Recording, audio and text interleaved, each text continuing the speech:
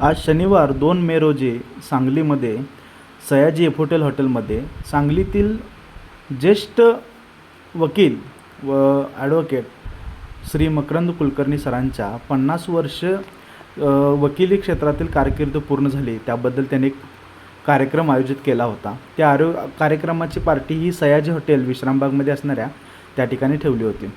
तर 14व्या मजल्यावरती रिफ्रेशमेंट पार्टीचं आयोजन केलं होतं. तर त्या ठिकाणी मला जाण्याचा योग मिळाला, का तर आमच्या कंपनीची सगळी कामं सरांच्याकडेच असतात.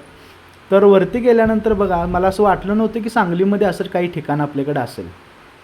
इतकं सुंदर आणि इतकं छान असं हे ठिकाण आम्हाला सांगलीत पाहायला मिळालं.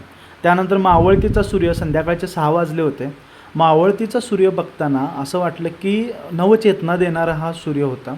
का तर जे सनसेट बघायला लोक समुद्रकिनारे जातात, तर तो आम्ही सांगलीमध्ये बघत होतो. तो इतका मस्त आणि इतका छान दिसत होता ना, की माझ्याकडे ते वर्णन करायला शब्द नव्हते. आणि विस्तीर्ण पसरलेलं हे सांगली शहर, खूप सुंदर असं हे वातावरण होतं. इतकं सुंदर वातावरण मी पहिल्यांदा अनुभवलं होतं, की इतक्या उंचीवर येऊन मी एवढी दुनिया पाहत होतो. ते समोर रामलिंग आहे, रामलिंगचा डोंगर हातकणंगलेजवळचा. आणि इतक्या उंचीवर सुद्धा इतकं सुंदर स्विमिंग टँक वगैरे उभा करणं, इतक्या लोकांचं ते अरेंजमेंट करणं, खूप म्हणजे सयाजी इज ब्रँड. वरती गेल्यानंतर बघा, हे तुम्हाला समोर दिसतं ना, हे स्विमिंग टँक आहे. 14व्या मजल्यावरती स्विमिंग टँक. किती मजा येते ना बघा, की सूर्य मावळतीचं किती सुंदर दिसतोय.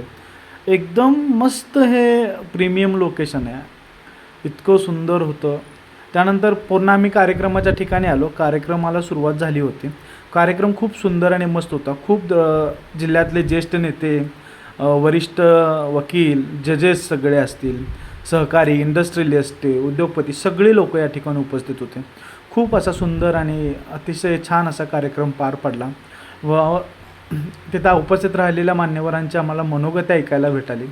जेव्हा कार्यक्रम झाला त्यानंतर आम्ही पुन्हा वरती डिनरसाठी वरती आलो.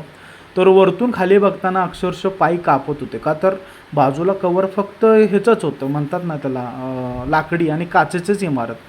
तर भिंतीचं काही सपोर्ट नसल्यामुळे भीती वाटत होते. पण संध्याकाळचं हे विश्रामबाग परिसर आहे, किती छान दिसतो बघा. लाईटच्या रिफ्लेक्शनमुळं ते पुढचं काही दिसत नाही, काही ठिकाणी थोडं जिथं ब्लॅक आहे तिथून दिसतं. तरी बाकी हे किती छान आहे, सुंदर असं हे ठिकाण आहे. तर खूप अशी पार्टीमध्ये मजा आली. अनेक वरिष्ठ लोक, मोठमोठी लोक भेटली, मोठमोठे स्टार लोक भेटले, नेते भेटले. हे आहे सांगलीतील मिरज परिसराकडला भाग, म्हणजे विश्रामबागकडून आपण बघतो तो सुद्धा खूप सुंदर दिसत होता. नुकताच उगवलेला चंद्र, असं नवीन स्वप्न, नवीन आकांक्षा यांना जन्म देणारा होता. खूप छान वाटलं. रात्रीचे 10 कसे वाजले त्या ठिकाणी हे समजलंच नाही. आणि संध्याकाळी सगळा कार्यक्रम आवरून आम्ही तो पाहून, तिथलं सगळं एन्जॉय करून, शुभेच्छा देऊन सरांना तिथून आम्ही 10:30 वाजता निघालो.